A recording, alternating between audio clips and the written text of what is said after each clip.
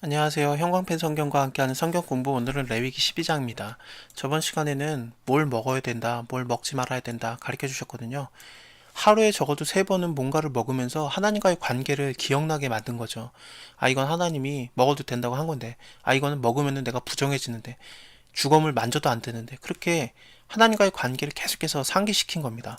나도 내 몸을 구별하고 거룩하게 해야 되는데, 하나님이 거룩한 것처럼 나도 그래야 되는데, 그랬던 겁니다. 근데 여기 12장을 통해서 보면요, 인간이 뭘 먹고 안 먹고의 문제가 아니라 그냥 태어날 때부터 그냥 죄인이에요. 여기 보시면 속죄제를 드리게 돼 있거든요. 잉태에 대한 것이요. 그렇습니다. 여호와께서 모세에게 일러 가라사대 이스라엘 자손에게 고하여 이르라, 여인이 잉태하여서 남자를 낳으면은 그는 7일 동안에 부정하다가 경도할 때처럼 그렇게 부정한 건데, 그리고 나서 33일이 더 오히려 지나야지만 사녀리 깨끗하게 될 것이다. 7 플러스 33 하면 40일 가까이 되잖아요. 그게 정결케 되는 기간이 차는 거예요. 40일 동안에 정결하지 않기 때문에 성물도 만지지 못하고 성소에 들어가지도 못하고 그렇습니다. 여자아이를 낳으면 그 2배예요. 그는 2, 7일 동안 부정한다 그러는데 이것이 숫자 2예요. 그러니까 2, 7일이니까 2, 7에 14, 14일입니다. 14일 동안 부정하게 되고 경도할 때처럼 그렇게 부정하다.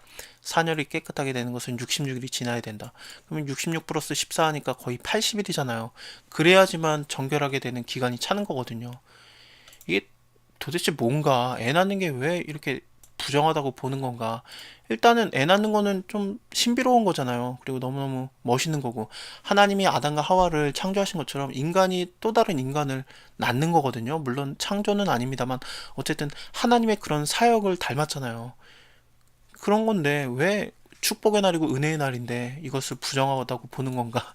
그렇게 여겨지게 되는데, 죄인이기 때문에 그래요. 인간이 아기가 나올 때부터 원죄를 갖고 태어나기 때문에 죄인이기 때문에 그런 겁니다. 여기 보시면은 자녀가 정결케 하게 되는 기간이 차거든. 여인은 번제를 위하여 1년 된 양을 취하고 어린 양을 취하고 속죄제를 취하라 그러거든요.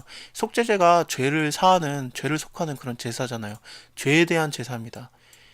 죄인을 낳았기 때문에 애 자체가 원죄를 갖고 있기 때문에 그런 거죠.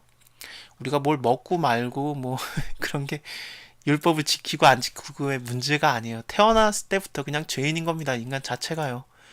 그래서 이런 제사장에게로 이런 것들을 가져가서 제사장은 여호와 앞에 들여서 여인을 위해서 속죄하고 그러면 사녀를 깨끗하게 될 것이다. 이것이 규례다.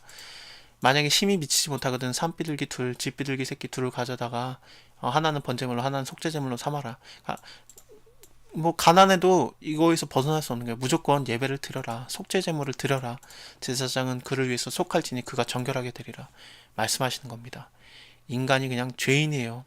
우리가 율법을 지킨다고 될 문제가 아닙니다. 구원이 그런 게 아니에요. 갈라디아서를 봐도 그렇잖아요.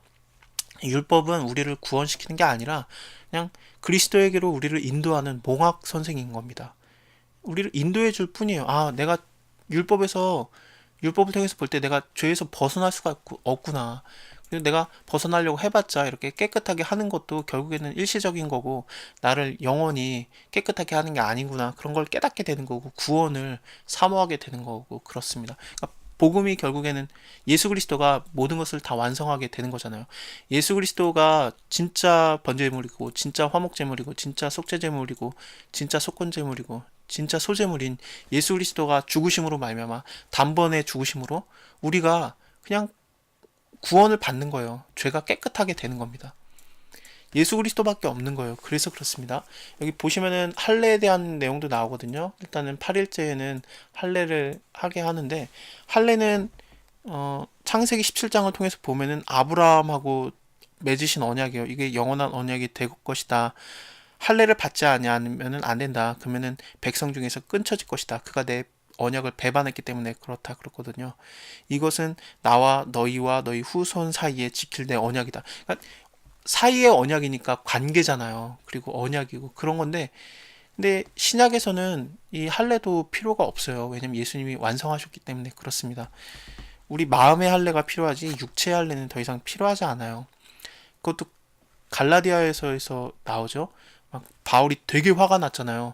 너네한테 도대체 누가 할례를 하게 했냐 하면서 너무너무 화가 났잖아요. 내가 전한 복음 외에 다른 복음을 전하는 자는 그가 천사라고 해도 저주를 받을 것이다. 막 그렇게 말하고, 누가 막 그 할례를 행하라고 했느냐, 스스로 잘라버릴지어다 막 그러잖아요. 그게 우리나라 한글 성경에는 좀 점잖게 잘라버릴지어다 그렇게 돼 있지, 그 헬라어로 보면은 원문 원어로 보면은 스스로 거세할지어다 그렇게 말한 거예요. 진짜 화가 난 거예요.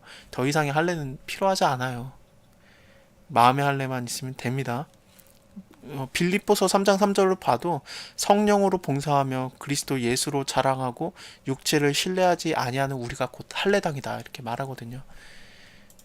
율법주의로 돌아가는 게 이게 우리의 구원을 이루는 게 아니에요. 이런 것들을 하나하나 보면서, 아, 예수님이 왜 이렇게 죽었구나, 왜 십자가 지으셔야 되는지, 왜 성 밖에 나가서 죽으셔야 되는지, 마치 진 밖에 나가서 불태우는 것처럼 성 밖으로 나가게 된 거잖아요. 예루살렘 성전에서 죽은 게 아니거든요.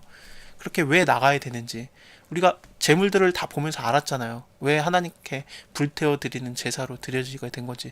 예수님이 불의 제사, 불의 세례를 받은 거니까 누가복음 12장을 통해서 우리가 같이 봤었죠. 그렇습니다. 그걸 통해서 우리가 알 수 있는 거예요. 하나님의 언약이 예수님을 통해서 완성이 된 거구나. 그렇게 꼭 죽어야 되는구나.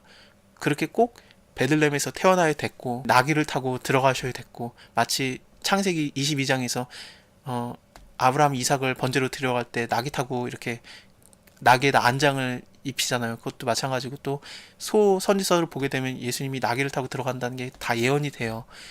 그러니까 결국엔 예수님이 죽으시는 거는 그렇게 죽으셔야 돼요. 꼭 그렇습니다. 그게 하나님께서 우리 인간과 맺으신 언약, 계약의 완성이기 때문에 그래요. 예수님이 그래서 죽으시면서 다 이루었다. 왜냐하면 언약을 성취하셨으니까, 계약을 다 완성하셨으니까 그렇게 죽으셔야 되는 겁니다. 피 흘리셔야 되고요. 그런 겁니다. 다리도 꺾이면 안 되고. 우리가 구약을 모르면은 예수님이 왜 그렇게 죽었는지를 모르기 때문에 자꾸 감정에 호소해요. 우리 대신에 죽은 게 그렇다. 우리가 너무너무 은혜를 받았다.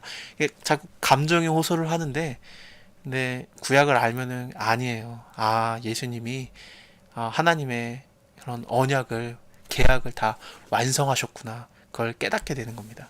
그러니까 계약의 완성, 언약의 완성이기 때문에, 하나님이 약속한 것에 대한 완성이기 때문에 우리가 반드시 구원받게 되는 거예요. 그 계약을 믿고, 언약을 믿고, 피를 믿고, 예수 그리스도의 이름을 믿고, 그러면 그런 겁니다. 율법이 그래서 중요한 거지, 율법 자체가 우리를 구원시키는 게 아닙니다.